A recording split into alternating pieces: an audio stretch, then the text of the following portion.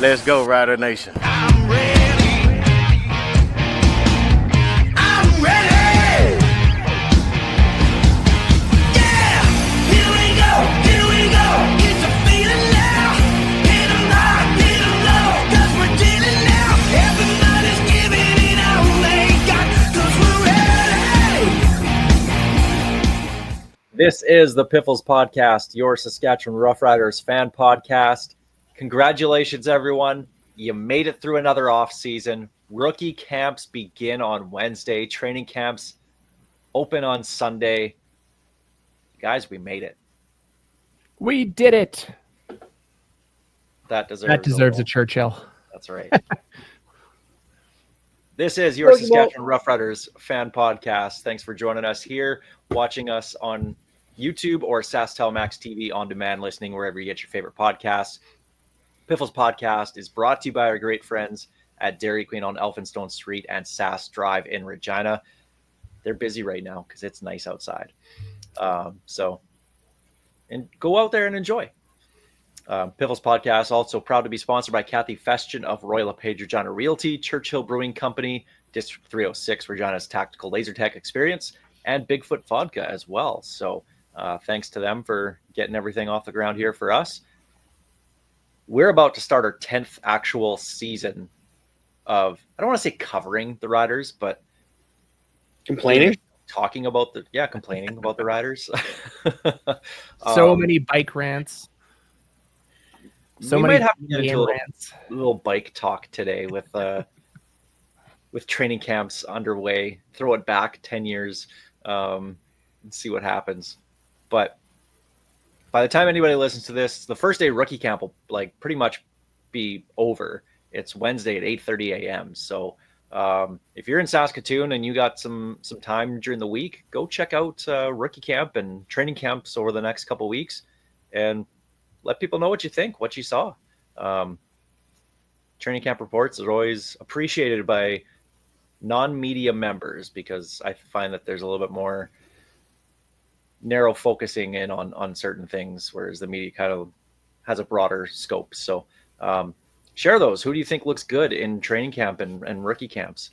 But if you go out and enjoy the weather, because it's going to be nice in Saskatoon for the rookie camps. So, but I think we should talk about it. Should we get started? Time for the opening kickoff.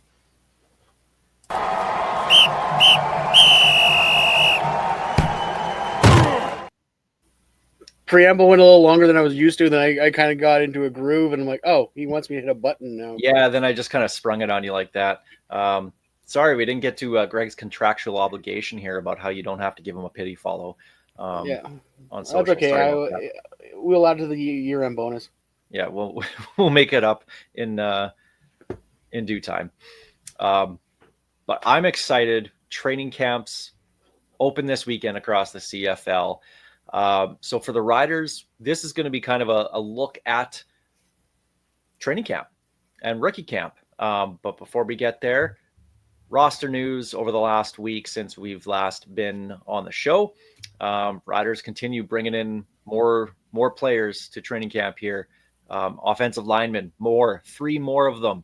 Julius Below, Peyton Collins, Jake Levengood, 3 more Americans for that offensive line competition. And we're gonna get into these positions and groups in just a minute here, especially the offensive line. Another defensive lineman, Kendi Charles, signed. A wide receiver, kick returner Dre McCray, who, if he makes it on the team, there's plenty of marketing fun you can have with that name. Well, and the fact that they actually labeled him as kick returner tells you exactly what they're looking for out of him. Yep. So you typically see those like wide receiver running backs, and he can return kicks, but they labeled him a kick returner. So they obviously have him penciled in somewhere already. I'm trying to remember the last time we saw that as an actual labeled kick returner. It has to have been a while. Mario Alfred? But even Mario, they labeled him as a wide receiver. Yeah. He was never on the roster as a kick returner. We just knew that's where he was going to play. It's interesting. They've thrown Mario Alfred the ball twice over the last 3 years. Good thing he doesn't get paid by catch. Yeah. More players brought in. The Canadians, the draft picks. Seth Hundaby, the 4th-round pick linebacker. The 5th-round pick, Liam Hoskins, which they're actually they called him a defensive lineman on the transactions page. So I wonder if they're gonna try him at defensive end, where he was drafted Kind of as like a a late Corte linebacker. Moore. So, yeah. Defensive backs, Gideon Ajiye. I'm sorry, I know I got that name wrong. And wide receiver Daniel Weeb, the 8th-round pick. As for the first couple draft picks the Riders had, Ali Saad in the 1st round. He gets a rookie camp mini invite with the San Francisco 49ers. That actually runs this weekend. And 2nd-round pick, offensive lineman Eric Anderson with the New York Giants. Had one on, I think it was on the 5th. And there's a couple more sessions for their rookie camp on the 10th and 11th. So again, this weekend. And some more undrafted free agents, Canadians signed. Defensive lineman Khalad Amusan, sorry, I know I'm getting that wrong. Wide receiver Braden Masiri and fullback Nathan Gerard Langlois. I'm just happy they signed all 3 of them at the same time because Miss Sari loves company. Stop it. That one hurt. Now, the first thing I thought of when I saw the UDFA, the Canadians, was, okay, yeah, probably just some more bodies for training camp. Then I thought about Braden Misery a little bit. There was a guy once upon a time in 2007, was an undrafted free agent signing by the Riders. Very, very quiet signing. Made the roster. Went back to school, missed out on a Grey Cup ring. Rob Bagg was an undrafted free agent. So as much as these signings, we might look at them and be like, yeah, okay, that's just another number for camp. They can turn out to be one of the greatest riders. Janice in Saskatoon, I need you to tell me what Miss Sari's biceps look like so we can get a decent grade on the Rob Bagg scale. That'll be his comparison is how do his arms look compared to Rob's.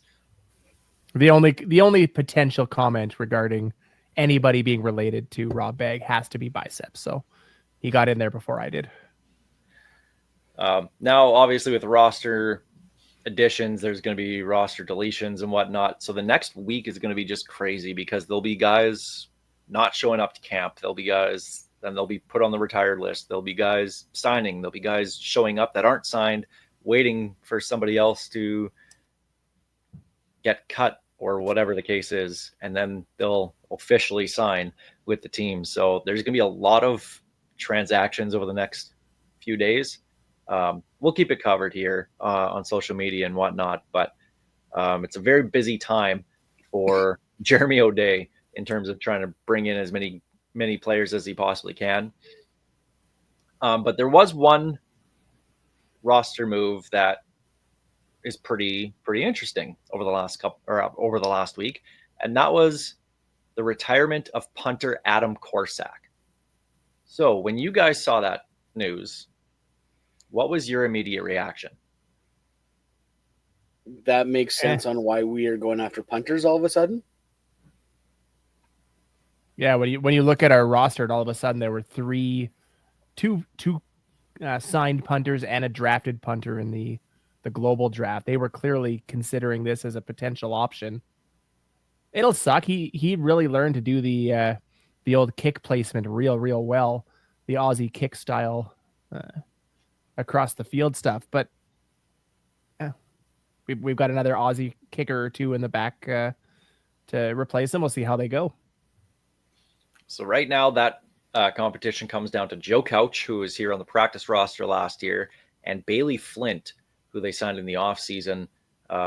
He was with Hamilton in 2023, only played 8 games, averaged, I think it was 45.1 yards a punt.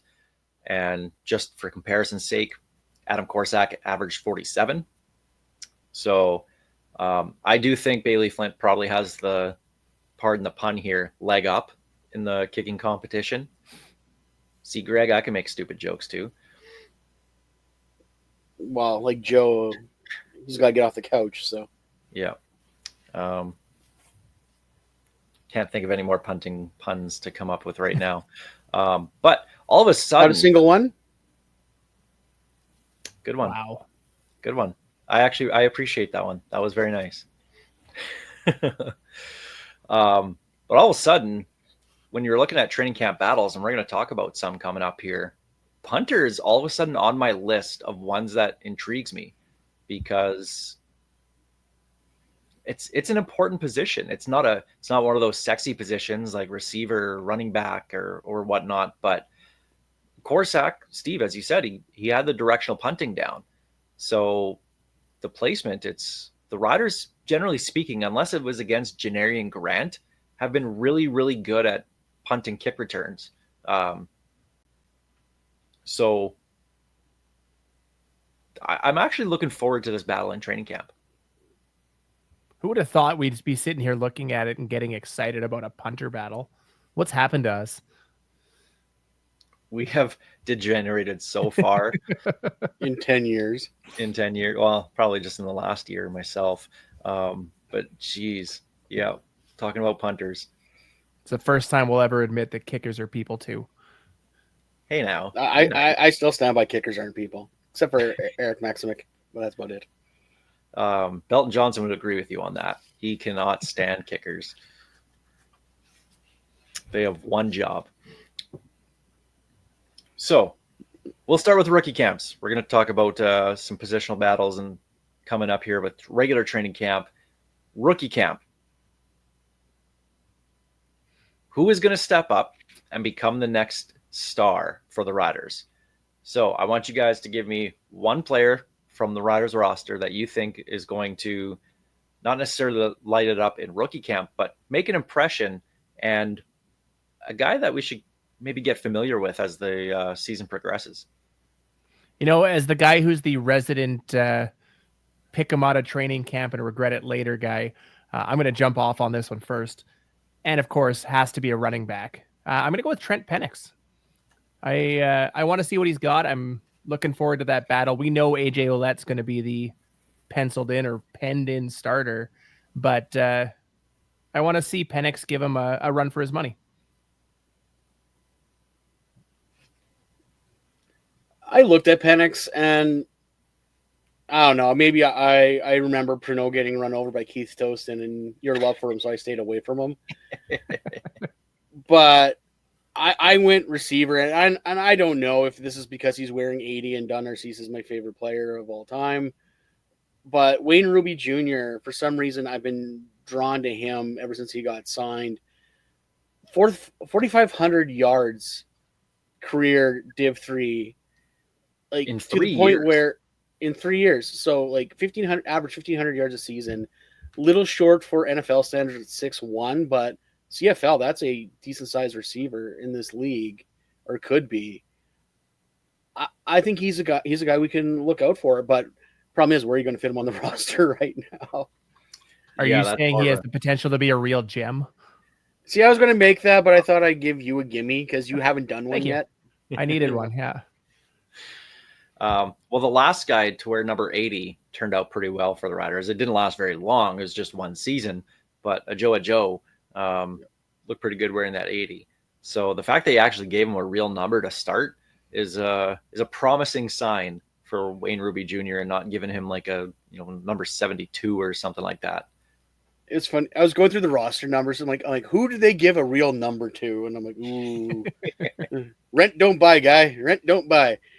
But yeah, no, the fact that they gave him 80, especially after Joe, like it's not even the Don Narcisse thing. He's coming in immediately into a Joe's number, who was beloved after like a handful of games in Rider Nation, who signed in the NFL. So the comparisons on him are going to be immediate. But from what I read, I don't think confidence is going to be an issue with him. Well, he was the guy that in Sports Cage interviewed Corey Mace shortly after Ruby signed with the Riders and said, "Tell me about this guy." And they talked on the phone, and he was asking if he can get a certain number. And Corey Mace was like, "Yo, you to start training camp, you could be number 177. Like you got to come in and earn a number. You don't get just pick a number right off the bat." And he goes, "Well, I'll prove you guys right for signing me." So this guy has the confidence So hopefully that translates onto the field here in rookie camp and into main camp if he makes it there. So there always seems to be a receiver that just kind of steps up every year. Last year it was Keyshawn Johnson and Dante Myers. Who knows? There might be another one this year. I think actually the thing I trust O'Day to draft the most, like to not miss, is for some reason receivers. He is very good at finding receivers. Unfortunately, you're going to have your ones that want to retire early, like a Terrell Jana. But other than that, he's been able to find a receiver every year, if not more than one, both Canadian and American. Seems like for every Jana, there's been 3 hits in the draft. We'll let him have that one. That's why my article about top picks and top worst picks, the top best draft picks was twice as long as the bad ones for Jeremy O'Day. He has a very good track record in the Canadian draft. Now for me, a guy that I think is going to stand out, and maybe this is wishful thinking because I think it's a need for the team, I'm going with Jordan Smith. Defensive end. He's 6'6", 255. When I look at another player in the CFL who's 6'7", 250 pounds, that's Willie Jefferson.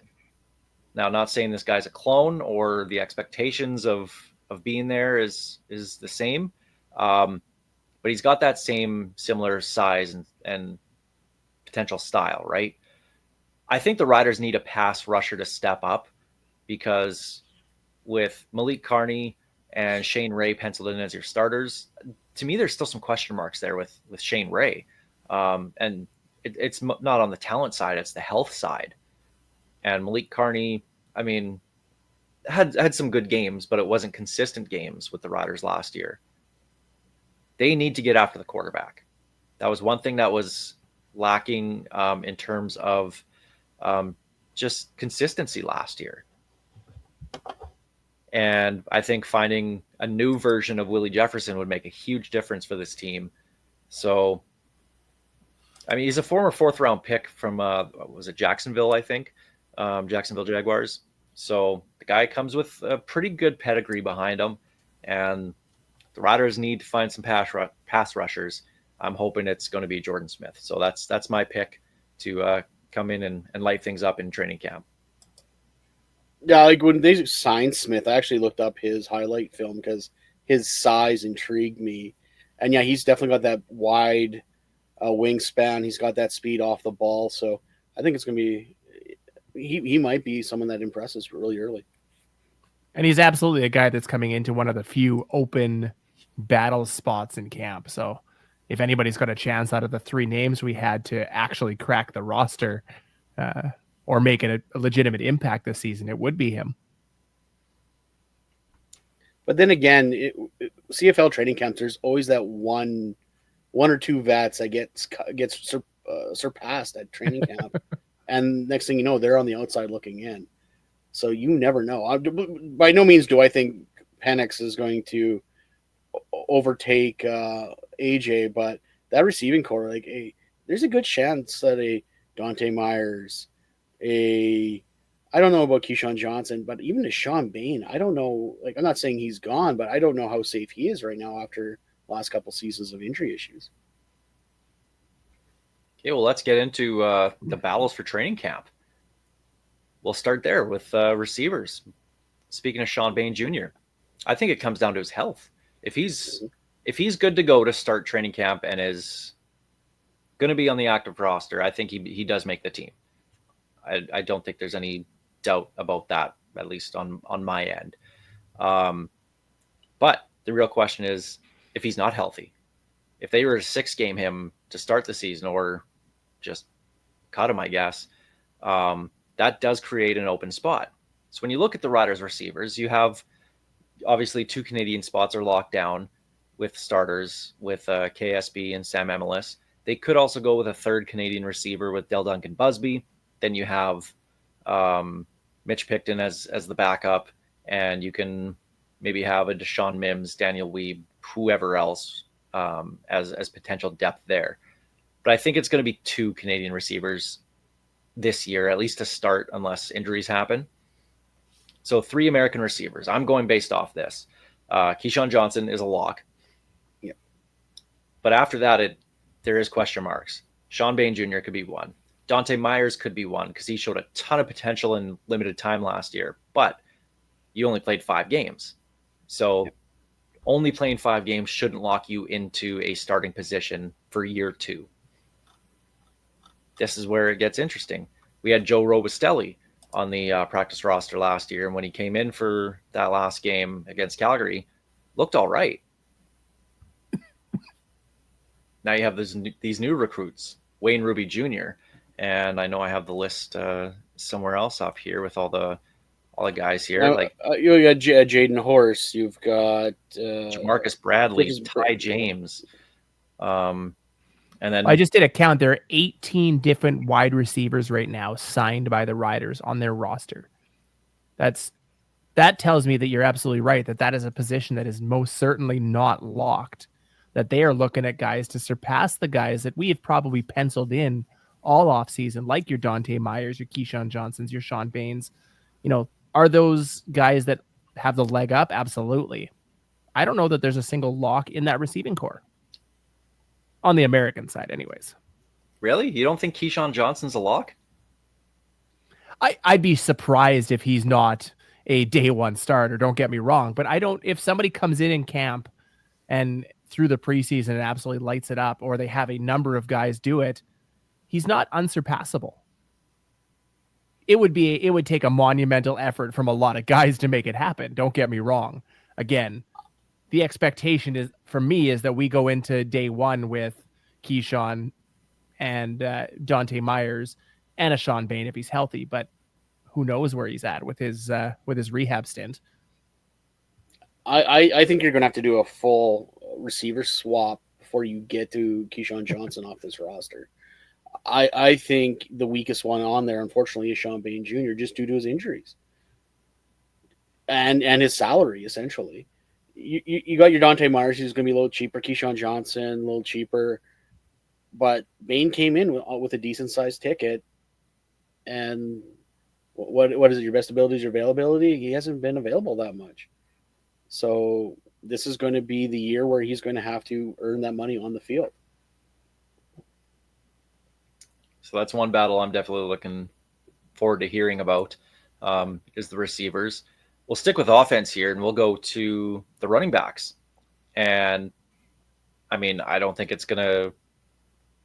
anybody's going to pass AJ Ouellette as the starter, but it's the backup. So what kind of backup do they want? Because AJ Ouellette is that kind of bigger back, although he's absolutely shredded and lost 20 pounds this offseason. So maybe he's not going to be that scat back, that quicker guy, but he's probably a little bit quicker than he was in the last couple of years. So do they want a bigger guy, similar size, which would lean towards that Trent Penix Jr. type player, or do they want a smaller guy, more of that thunder and lightning type combo? And are they able to actually get a second running back, American running back, on the active roster? So I think there is potential for that to happen, because they did that with Raquel Armstead at the end of the year last year. They did that at the beginning of the year last year when Clint Rakovich made the team as a fullback. So they've shown that they're willing to put 2 American running backs on the roster. So if they do, maybe we keep 2 of them. One as the backup behind AJ Ouellette, and then one guy on the practice roster. So when I look at the roster and I see Mario Anderson, Kalen LeBourne, Trent Penix, there's potential for a couple of them to make the team. I have to laugh. You called AJ Ouellette the big bruising running back. He's 5'8". He's the shortest running back of all of them. He's a thick dude. No, don't get me wrong. He's a bruiser. He's a ball of hate, like the little ball of hate, if you want to call him that. But like, he's legitimately the smallest running back on the roster by far, in both in height and weight. Mario Anderson is actually 1 inch taller, but the same weight, according to the Riders' depth chart here. But yeah, you're Trent Penix, 6'2", 234. He's a big boy. Like, there's your bruising back. Hopefully AJ, now that he's slimmed down, and apparently part of that was also to get his hips more flexible, so he can move a little easier and get those cuts. So maybe he's actually going to be your speed back, and then you have a guy like a Penix as your bruiser. And that's kind of why I went with Penix as my rookie camp or training camp standout. Is he is the polar opposite in size and style to what AJ Ouellette brings, and it does give you that thunder and lightning that we always seem to try and go after. You know, your Hickson and why can't I remember who was alongside Hickson for years? Jamal Morrow. Thank you. It's one of those days. But that seems to be the style if you're going to get that second back, is to have that, you know, that size difference and that different style of play. And I think they have that. But then you look at who's behind them, and Thomas Bertrand Houdon, who is a very capable back that can step in and maybe take over that backup role. He might be the Trojan horse in all of this. He might be the backup running back when it's all said and done. Well, and he's a guy who's going to make the roster anyway, just with the passport and his play on specials. So possibly. And I think the way this team is constructed, he probably will be the backup running back unless they can move around some other players to get that ratio to work, because he, like you said, he's already going to be on the team regardless. He's making that game day roster because of his play on specials. And he's proven if they give him the ball, he can run it just as good as probably any backup American can right now. And just finishing up on the running backs here, I'm glad you said little ball of hate. That's a good potential. Remember that guy, Josh Ronick. He was a lot of fun. He's on the list, and he almost came in 2 weeks ago, but don't worry, he's there. I know you got your list. Yeah, I just added him onto the list actually. My list is up here, and it's very, very small because my memory sucks. And the second thing about running backs, supposed to be talking to AJ Ouellette later this week, so should have a nice little interview with the starting running back later here on the Piffles podcast. And one other offensive look at training camp here in the battles, left tackle. And you could say the whole offensive line in general, but I think all three middle spots and the right tackle are set in stone. It's that left tackle where there's just that little bit of doubt here. Obviously, last year's stud Trevor Reed still probably going to be hoping for an NFL look. Can't see him coming up here again until possibly the end of the NFL preseason.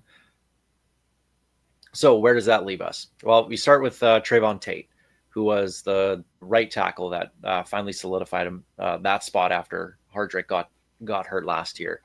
So you can start him at left, flip him over to the left tackle, and see if he can do the job. So that's probably the guy who's going to get the first cracks with the number ones.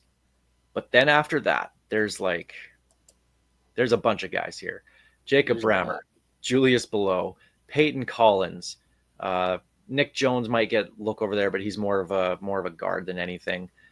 Brandon Kemp is a name that might make some noise in training camp. He was a guy that started a whole bunch of games for the Hamilton Tiger Cats over the last few years. Jake He's Levin, the guy and Kemp Jameer Ross Johnson as well. Yeah, sorry. Kemp is the guy that if it's not Tate, it's probably going to be Kemp. Unless there's a guy that comes in like why am I drawing a blank? Trevor Reed? Yeah, just like Trevor Reed. We just said his name, and like I got your memory now apparently. Yeah. Unless he comes in like I can Trevor remember Reed. that one. Yeah. Unless we just said his name. Unless he comes in like a Trevor Reed and absolutely blows the team away, I think Kemp is the guy that's going to be challenging Tate for that spot.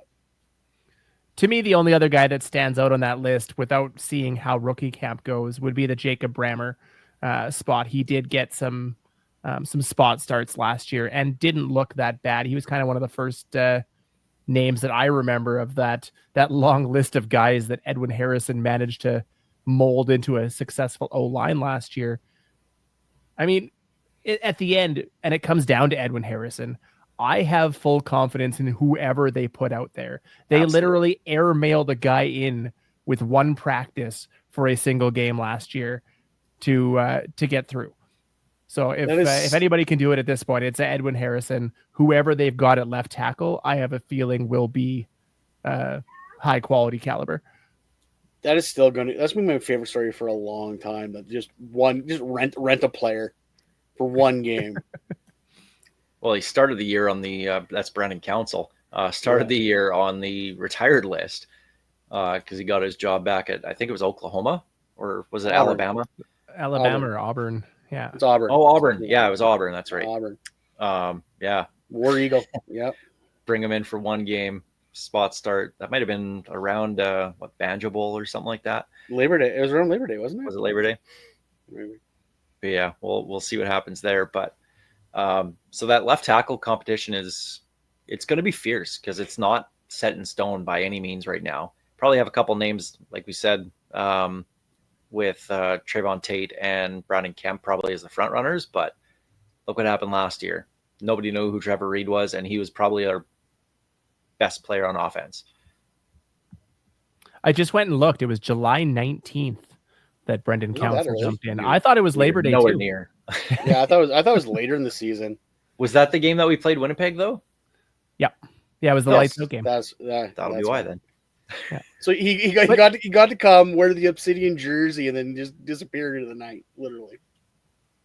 Good But for then if him. you look again, like we did the wide receivers, there are 16 offensive linemen signed.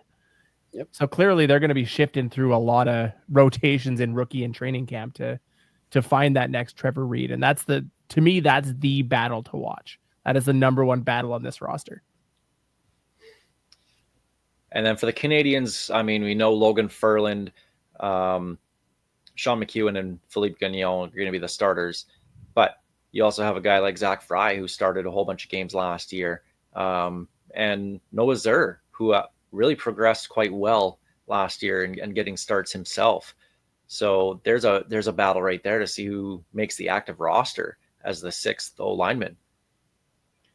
And that's where the entire signing of Sean McEwen, like near the end of the season, near the end of free agency, when all of us were like, okay, so Furland's a center, okay, that's fine. Zach Fry played really well, and also we signed a center. Like, oh crap! Now we have a problem because now we have too many decent Canadian offensive linemen, and we just Good drafted problem a to couple more. It's a great problem to have, but at some point you got to feel sorry for your Fries and your Zers because all they want to do is play at some point.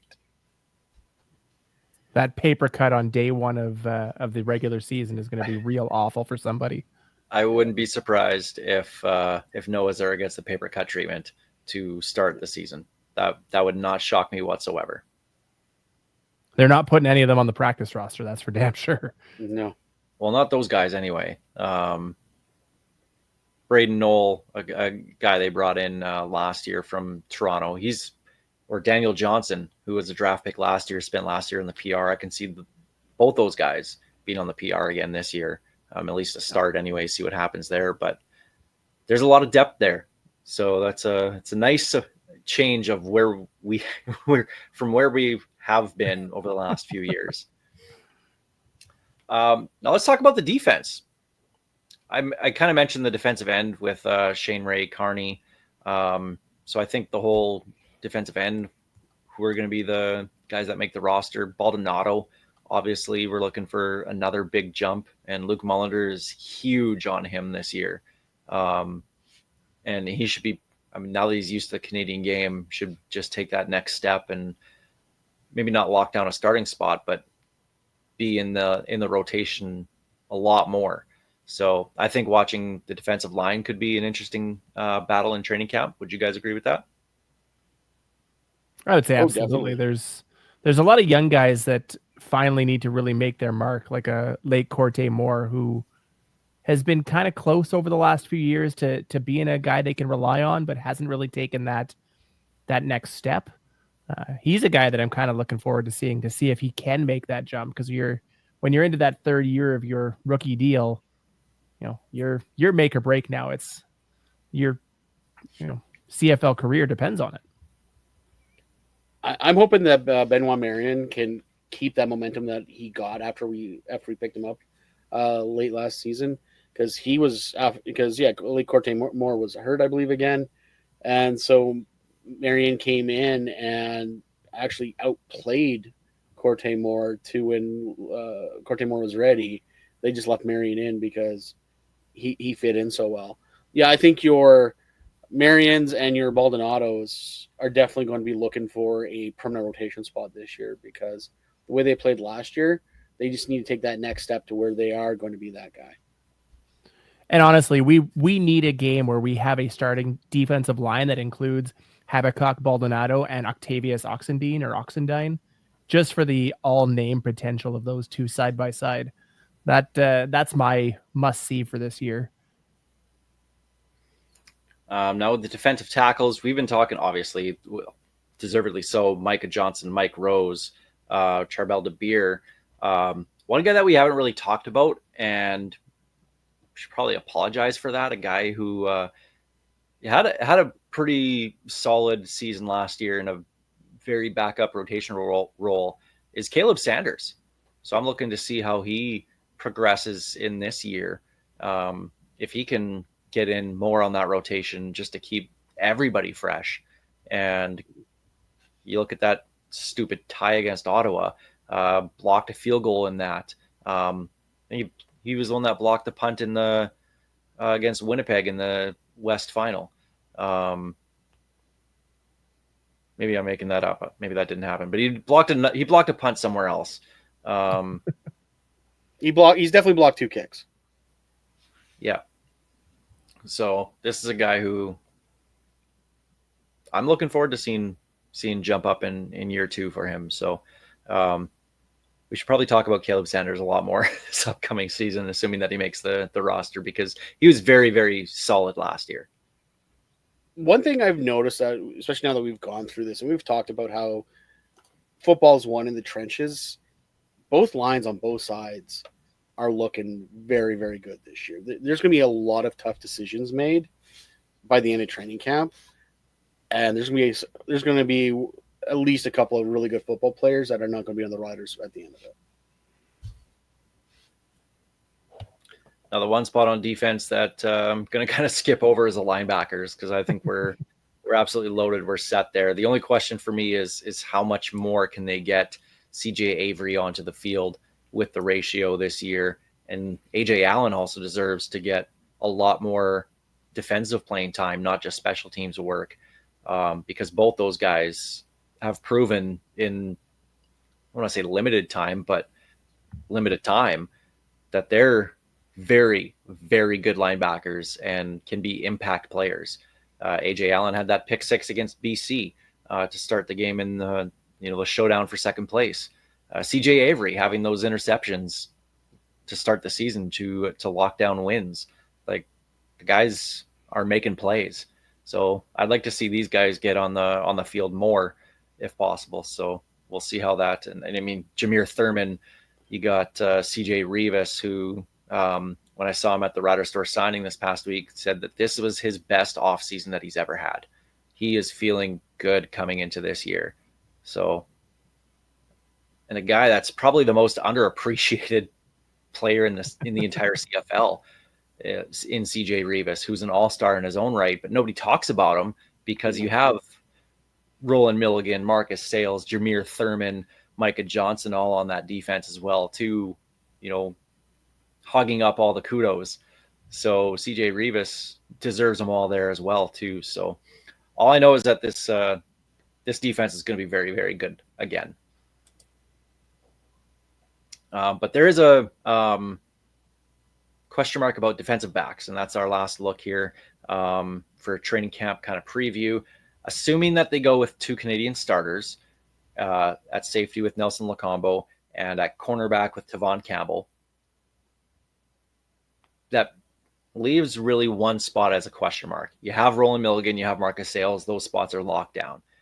DeMarcus Fields, while he did have a pretty solid season last year, is he a lock to be a starter? I'm not sure he is.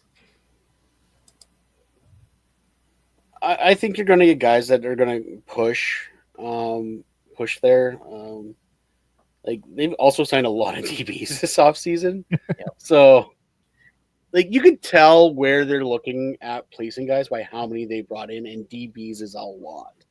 Like, I'm looking right now, there's a lot of blank faces on here like Leon Jones, Eddie Heckard, Phelan Sanford, Nicario Harper, Alfred Walcott, Mark Webb, Robert Javier, or whatever. Like there's a lot of American defensive backs on this roster, and you can't keep them all.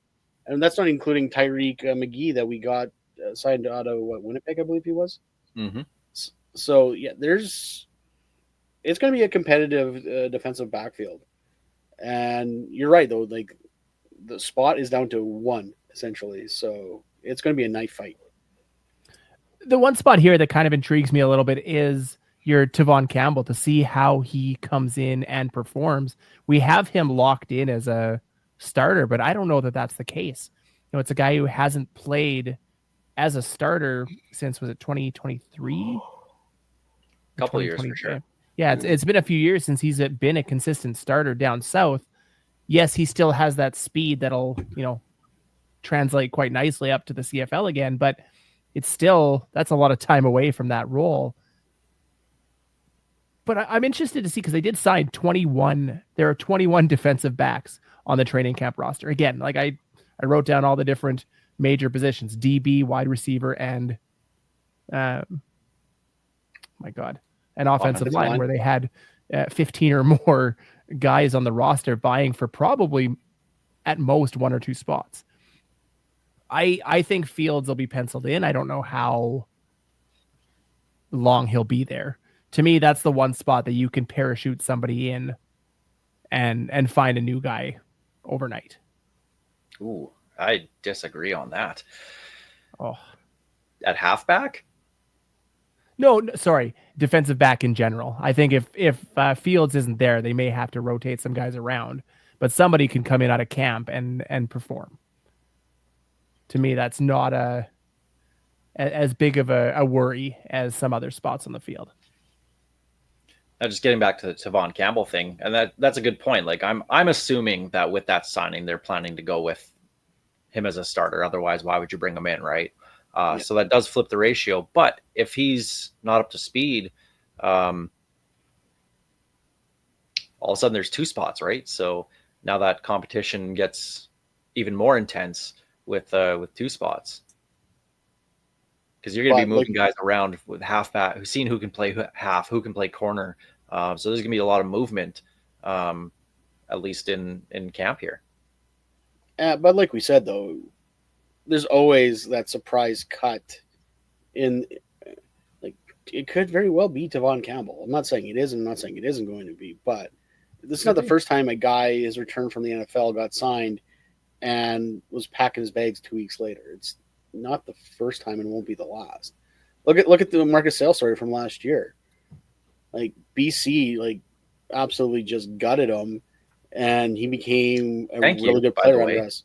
Yes.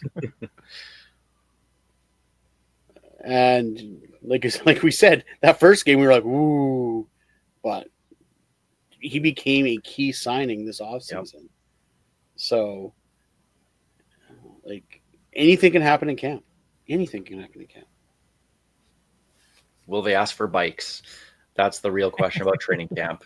It's more of an inside joke now, but 9.5 years ago, 10 years ago, whenever we started this podcast, I went on a rant, and this is now it's come just an inside joke about bikes, because the team would always ask for people to donate bikes to the team for the players to use, and they would get them. The team never asked. It was always player driven.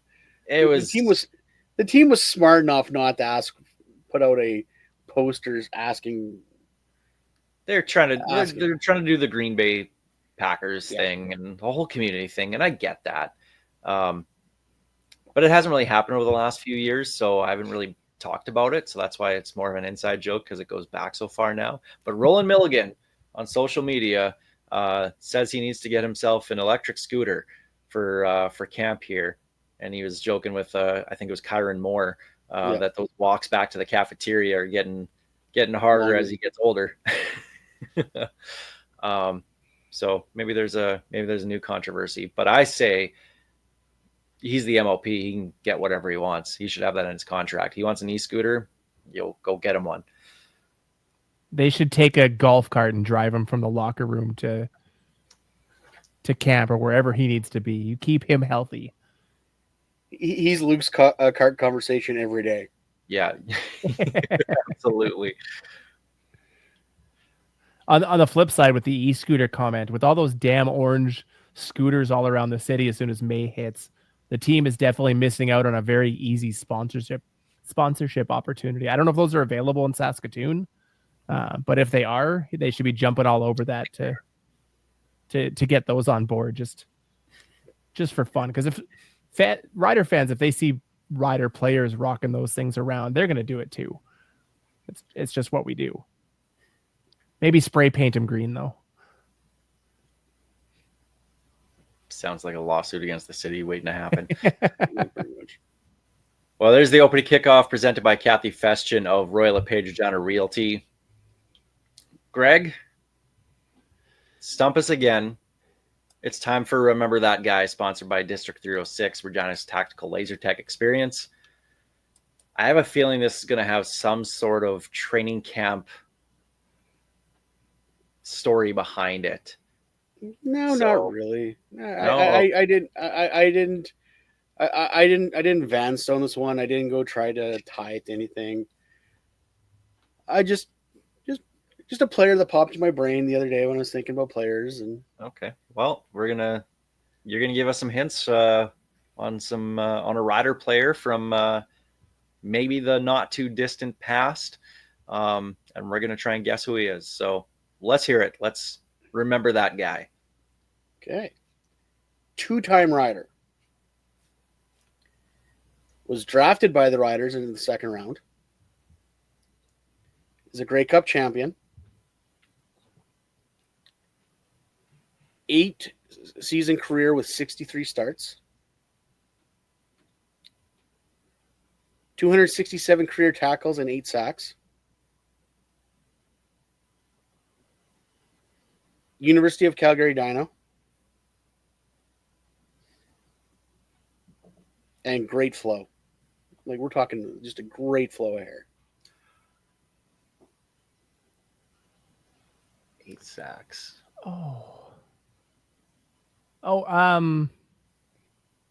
Sam Hurl? Yes. No. Oh, there you Is go. it? Good Yes! one. My streak is at 2. I was thinking on the defensive line to start, but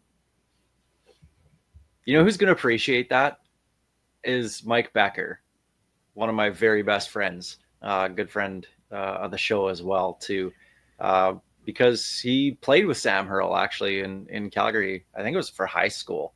But yeah, he is one of the few Sam Hurl jerseys that exist. Becker does. So About 15 feet away from me, I have one of those cancer game gloves, and mine was Sam Hurl's actually. So. Oh. There you go. The thing about Hurl I always found interesting is I thought, because he was Calgary born and raised, played for the Dinos, and I thought with local kids, you always assume they're going to go back home and play. Like, look at what Labatt did, and Zach Evans came back, and Dembski went to Manitoba, back to Winnipeg. Hurl, Saskatchewan, Winnipeg, Saskatchewan, I'm done. That was it. Over 8 years. I forgot that he came back. Yeah. Yeah. He was a very solid depth player for the Riders. Good on specials. Could play linebacker in a pinch. And did pretty well. He did. He played quite 2013, well. right? Yeah. So, yeah, Sam Hurl was a solid player for the Riders. Good job, Steve, on getting that right away. Well, not right away. Wow. I figured the sick flow. I was wondering when you guys was going to, when I said University of Calgary, I thought Micah Tights was going to get screamed out, and then that's why I had to put the great flow, because he had a great. That was back when there was the Canadian Air Force days. Yes. You had all those guys with their hair just flowing out of their helmet, just running around, especially on special teams. So Those were some damn good players too. yes, they were. Well, there's Sam Hurl on Remember That Guy, sponsored by District 306, Regina's tactical laser tag experience.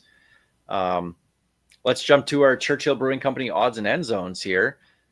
And got to remind people that Banjo Bowl bus trip presented by Engelheim Tours and District 306. The early bird pricing ends on May 11th, Mother's Day. What a great Mother's Day gift. Take her to well, maybe don't take her to Winnipeg for Mother's Day. Take her to a Rider game for Mother's Day. On the plus side, you promise her a trip home when you do it. So we're taking her back to Regina. Treat her to some Red is Barn. what we're doing. Yeah. And a whole lot of fun on the Banjo Bowl bus trip. $425 per person based on double occupancy. $100 deposit gets you in there. And the rest due by July 1st, I think. Goes up to $450 after May 11th. So not a huge jump, but still got to save money where you can. That's an extra $25. That's a couple extra drinks at the Rum Hut in Winnipeg. So if you're looking to go to the Banjo Bowl, you're excited about the season. We're excited about the season. That should be one hell of a game. 2 nights as well, too. So we get in on Friday evening for the shenanigans that happen. There's always a couple parties that go on Friday in Winnipeg before the Banjo Bowl. And then, of course, we'll have all day to do whatever we want for the game itself. So it's going to be a blast. Just shoot us a message anywhere on social media. You know where to find us. Our email, pifflespodcast@gmail.com. If you're interested, if you have any questions, please let us know. We'd love to have you on board for the Banjo Bowl bus trip. And one other thing, if you are looking at other potential road games and going to Calgary is one of them. Steve and I did this last year. We went to Calgary. Contact Gove, owner of the Rider Fans Forum. Season ticket holder in Regina, lives in Calgary, comes to every single game. He is an absolute beauty. He's got group tickets for that. You can find him on social media at GoveA52. So that's GOVA52. Love to have you on board. And like I said, it's an absolute blast in that whole section with Rider fans. We had one hell of a time last year, Steve. It was absolute blast. And you have to mention when you're talking about Gove's accolades, he was the 2024 Rider Fan of the Year. Or is it the Plaza of Honour Fan or whatever they do that celebration? The 13th fan. The 13th fan. Yeah. He was last year's honoree and well deserved. No one deserves it more. Like Gove is unbelievable. We talk about Rob Banstone being an encyclopedia. Gove is right there with him. Like the love and passion he has for the Riders is unmatched. Like it's awesome. Just a solid dude too. Yeah, great guy. So if you want to go to Calgary as well, to shoot him a message on social media, he'll find you. Or if you're on the Rider Fans Forum, message him and he'll get you in on that on the group tickets and save you a little bit of money on tickets that way too. Bonus points. You may end up sitting with me. Or wait, is that a good thing or a bad thing? I'm probably going back to Calgary again this year. How do you not? Just stay at halftime so we don't miss out on seeing Jeff Fairholm in person again. Yeah, we dropped the ball on that one. Going to get drinks instead. Oops. Okay, a couple other things to get to. The Plaza of Honour class of 2025 for the Riders was announced this past week. Offensive lineman Chris Best, linebacking coach Alex Smith as a builder, and Steve Molnar, the running back fullback, who was to be inducted in 2024. There was an illness in the family, so he wasn't able to be properly inducted last year, is getting in rightfully this year. So Chris Best, Alex Smith, and Steve Molnar is your class of 2025 Plaza of Honour. Really quick, what's your guys' thoughts on this class? It's not a flashy one by any means, especially for fans of our generation. Don't get me wrong, I'm sure there's a bunch of older people that are psyched on Steve Molnar. Best was a beauty of an offensive lineman. It was awesome. He was great. But once again, offensive line is like, oh yeah, okay, offensive line. Like it's not your Darian Durant going in. Let's put it that way. And Alex Smith, hell of a coach, Regina football legend, coached the Rams, played for the original junior Rams, helped coach the Thunder, and coached the Riders. Like the dude is legitimately a Regina football legend, and it's good to see him getting honored. it's a very deserving class. There's no arguing with any of the names that they put forward.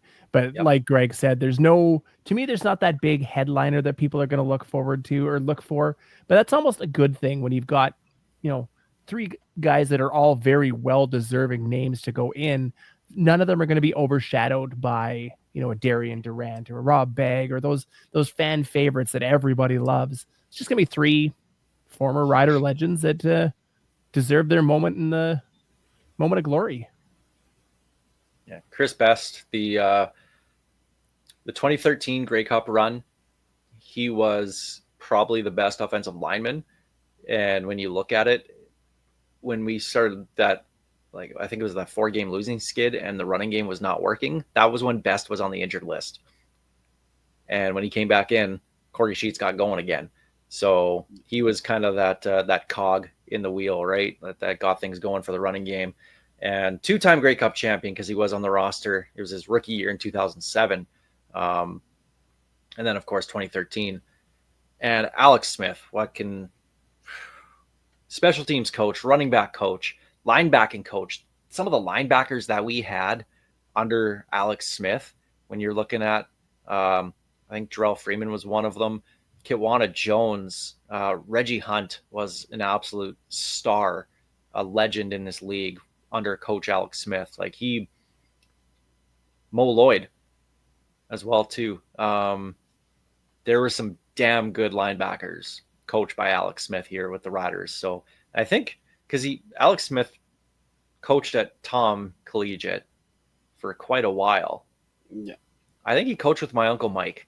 I have to dig deeper into that a little bit. So kind of a little family tie with that too. So, but everything I hear about Alex Smith is just phenomenal. Just a great, great person and just deeply loves Regina football. And absolutely deserving. My first year on the Thunder board, Alex Smith was coaching on the defensive side for the Thunder. And just to sit there and watch him and the way he dealt with, this guy dealt with pros. And he was dealing with, I don't want to call these guys kids, but they're between 18 and 22, right? So, and he was treating them with so much respect, and he could have just let's face it, he's old by now at that point too, right? He's essentially retired, but he loved football, loved teaching, and treated everyone with respect, and this is well deserved. So there's your Plaza of Honour class of 2025. One last thing to get to here, and I thought we'd do a little bit more on this, but time's kind of kicking our ass here. The theme games. The theme games were finally announced by the Riders, and as per usual, 8 of the 10 are exactly the same, but with twists. So let's get to them. Now, I as much as I kind of crap on Country Night, because I know it's coming every single year, I get it. It's against the Calgary Stampeders. It's during Craven Country Thunder weekend. I get it. The whole tie-in is there. It's lazy to me, but whatever. But there are some in here that you'll never hear me complain about, and they're absolute must-haves that you have to have. Goth Labor Day? Goth Labor Day is one Goth of them. Labor. I can't wait for Goth Labor Day. Absolute brilliant. They're missing out by Brilliant not actually marketing. having that as Goth. Well, we'll talk about that in a second here. But we'll start with preseason against Winnipeg. It's Community Culture Night. One of those ones that I wish was during the regular season, but you can only have so much during the regular season. That one has to get pushed. Well, I gotta admit, this is smart because they give out a lot of free tickets. They bring in a lot of community groups to buy tickets to come see the Riders play because it's hard to move tickets on a preseason game, especially. So it's a smart way to have people bring friends, essentially. Yep, absolutely. The home opener against Ottawa is Kickoff in the Heartland.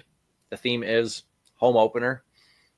All teams do this, and it's lazy. There's no theme about home opener, unless you're actually going to bring in Corey Holmes and relive the 2005 home opener. Unless you're going to bring in guys from the 2010 game and relive the home opener from there, there is no theme. So home opener isn't a theme, just everybody's happy to be back at football, really.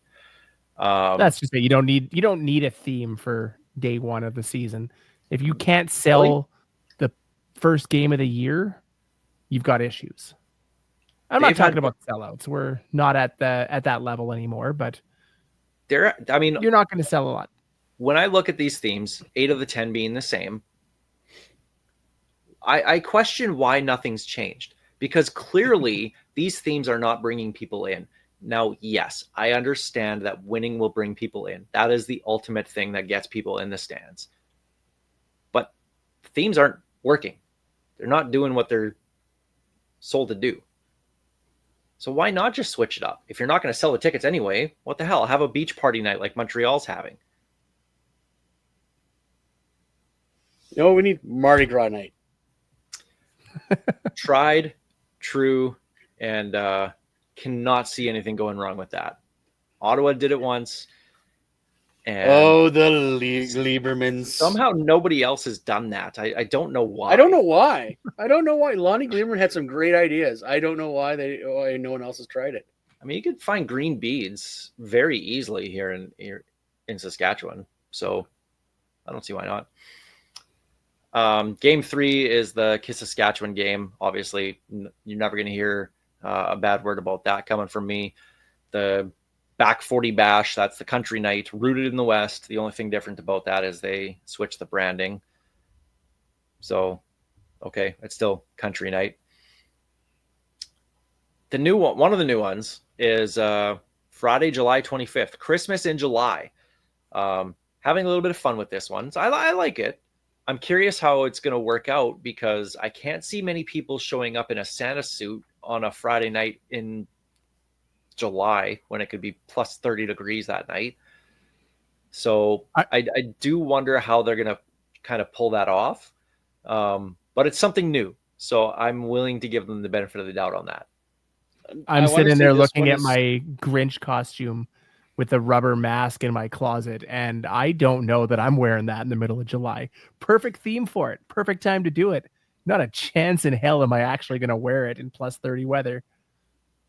And I was looking at the game sponsor. It's Pure Later, so I'm certain there's going to be gifts and that's deliveries. Going to be there's going to be the tackle hunger stuff. So I am certain it was just their cute way of finding out ways to give out stuff to tie it to a theme. Well, more it's giveaways. Something new. More giveaways in the stands. Maybe that'll start bringing people back too, right? So, we'll see what they do with that. Riderland Family Fun Day is against Hamilton. So again, just the family day. Every team does it. What I do like is that Montreal is calling it Next Gen Night. So it just has that little twist to it in Montreal. So I don't know. Maybe they'll be. You guys have kids and they talk about stuff. This game will have lots of Riz. Is that what they say? Whoever the loses, Riders were not cooking with the theme games. That's all I know. I'm not even going to attempt it. I'm the oldest one on this podcast. I'm going to keep it that way. We have the Goth Labor Day Classic. The reason we say that, it's the 60th. If you didn't see it, it's the 60th Labor Day Classic game against the Bombers. But the font that they were using for 60th looked like it said Goth. And I think there's potential here. I think they can have fun with this. Wear the black uniforms. I know, Greg, you're going to hate that. I will, yes. But there's your chance. Play some, I don't know, My Chemical Romance all game long. Although I did get in trouble for my song because apparently it's more emo than goth, but yeah. You say potato, I say potato. It's all the same to me on that one. But they're calling it the Diamond Legacy, so the Diamond anniversary of this. Obviously, you don't need a theme to sell the Labor Day game. We know that one's going to be the one sellout of the year. But I'm curious what they do with the Diamond Legacy. Like, how much are they going to celebrate prior games? Because they did kind of start doing that over the last couple of years. Is Labor Day moments up on the big screen, right? So I wonder how much of that is going to be incorporated in. And can you bring back some of the Labor Day legends? Can you bring in a Rocky Butler? Can you bring in Kerry Joseph. Kerry Joseph? Can you? Well, Kerry Joseph probably not at that time of the No. year now with his new job with the University of Texas. But can you? I mean, you can get him to do a video, right, and put that up on the big screen. Say, sorry, I can't be here, but Labor Day is a special time. That's when we knew. That's when I knew in 2007 that touchdown run by Kerry Joseph. That's when I knew this team was going to win the Grey Cup. So we'll see what they can do with that. I'm not sure what the plans are, but we'll see. Legends Night, that's the Plaza of Honour night. Obviously, that one's going to stay the same. Those guys we just talked about: Chris Best, Steve Molnar, and Alex Smith getting their dues. So that's always good. But last year they kind of bumped it up a little bit. They started having different players and honoring them on the field during commercial breaks as well too. So maybe they'll just keep that going. The only thing I'd like to see is have all those guys do a signing or something before the game for fans. So maybe if they could do something there, that'd be good. The Lights Out game against Toronto, Land of the Living Skies is their theme. I'm debating how much of a theme this actually is. So obviously they'll wear the Obsidian jerseys. We'll get our little bracelets or whatever they want to give us to light up the skies as they turn off the lights. I don't know what else they can do. On the plus side, kudos for not having this at a 5 o'clock kickoff in late September. 7 o'clock in early October makes a lot of sense. It'll be dark for most of this. Having lights out games where the sun's still up was absolutely ridiculous. But the lights were out. They were. That's what they promised. They said the lights would be out. The lights are out. Just one big light in the sky. Yeah. Promises made, promises delivered. I don't know what your problem is. The No Lights Club. You're allowed to have one. And then, of course, the last game of the year, the fan appreciation game, which they're doing, which they do every year, which is fine. This is where they're rebranding a little bit. They're calling it Welcome to Fabulous Ratterville. They'll play on Vegas. So I want to see what they're going to do with this. Are they going to have Vegas-style games in the crowd during the commercial breaks and whatnot? Hopefully lots of Elvis Presley being played. Oh, we're getting Rory Allen Stewart at halftime, or Rory Allen. Yeah. One of the nicest guys. I'll never forget the time that we actually interviewed him when I worked at CJME. Came in wearing a Jurassic Park shirt. Was not expecting that. I don't know why. Just expect him to roll in as Fat Elvis or what? Honestly, kind of yes. I mean, he's pretty slender dude, actually. He's not Fat Elvis. He's regular Elvis. But I did not just picture the guy with the full Elvis hair and the sideburns and then just a Jurassic Park t-shirt. I thought that was pretty cool. Two of my favorite things, Elvis and dinosaurs. So that was a nice little thing. But there's your themes. Nothing extraordinary, brink at the bank. No outside of the box ideas here again. But again, like I said, I just hope winning brings in people. I just don't think any of these themes are going to sell any tickets just by themselves, though. And they're not. And yes, we focus on this every year, but at the same time, it's not meant to. It's supposed to be an add-on. That's all this is. It's just a game and a little bit of extra entertainment. It gives them a focus to figure out their entertainment, because that's what needs to be done these days to help market games. Because you might get someone like when the Pats do the Nickelodeon night. Well, they're wearing Ninja Turtle jerseys, so someone might think that's cool and come check it out. But it's a little harder to do that at a football game. But hey, when minor league baseball teams change their name 10 times a year now just to sell extra merchandise and to get a few more fans in the stands, who are we to complain? I can't argue against that with the Saskatoon Blades rebranding as the Bananas. I bought a hat, a shirt, and a sweater. So you are the reason why they do that. I got suckered in on that one. But at the same time, to defend the Riders, I mean, they're not marketing to me. They're not trying to get me to show up to games because they already have my money. They know I'm coming to games. So maybe it's all for naught for me just to sit here. I don't want to You say mean- sit here and complain, but to complain about it. My They're not marketing complaint, but part of it though, our complaints are kind of valid, is because they're doing the same thing every year. All my complaints are valid, Greg. Okay, yeah, all of them. All right, sure. Name one. But That's fine. huh? It's not really a complaint. Yeah, your love of Greek food, but that's beside the point. But you look at something like what Montreal's doing. Montreal's trying different things. Like every team has a Western night, a family night, obviously their Indigenous night, but that's basically league wide now. But Montreal's like throwing back to the Expos of all. Yeah, they're having an Expos night. I hope they have a baby blue jersey. I really hope they roll out a one-off baby blue jersey. That'd be pretty cool. The best part about it is they should be giving out O'Henrys for their Expos night.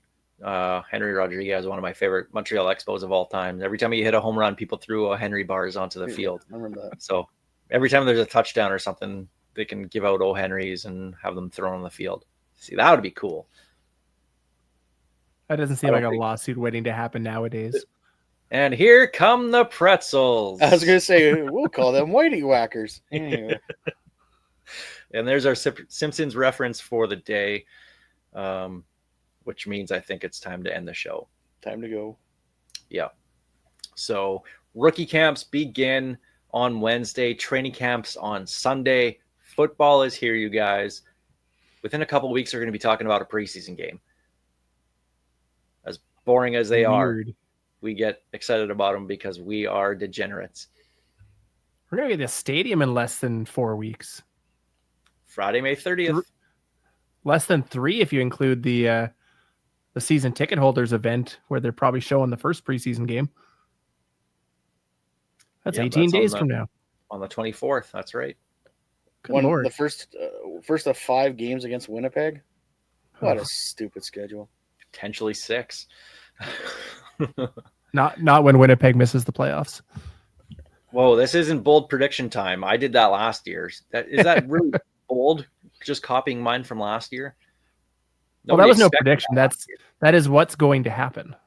Oh, that's not a prediction. That's a spoiler. Yeah.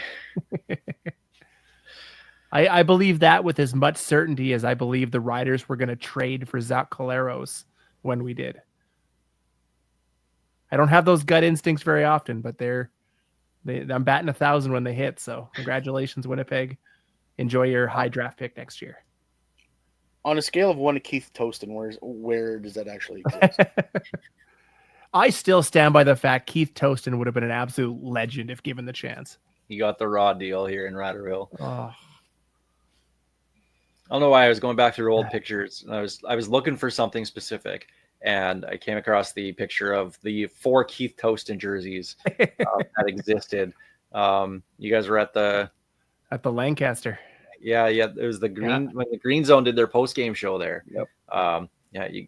You guys were there when he finally got his chance to start and busted off a 60-yard run in his first carry. We were legends for that, 3 minutes until he did nothing else. But the picture and the infamy lives on. Well, there's the Piffles podcast this week here for you, brought to you by our great friends at Dairy Queen on Elphinstone Street and Sass Drive in Regina. I got to give special thanks, of course, to Kathy Festian of Royal LePage Regina Realty, Churchill Brewing Company, District 306 Regina's Tactical Laser Tag Experience, and Bigfoot Vodka for their support, making everything with this show possible. Thanks for listening. Thanks for watching on YouTube or SaskTel Max TV on demand. This is Ghost Behind Your Mind by Tyler Gilbert.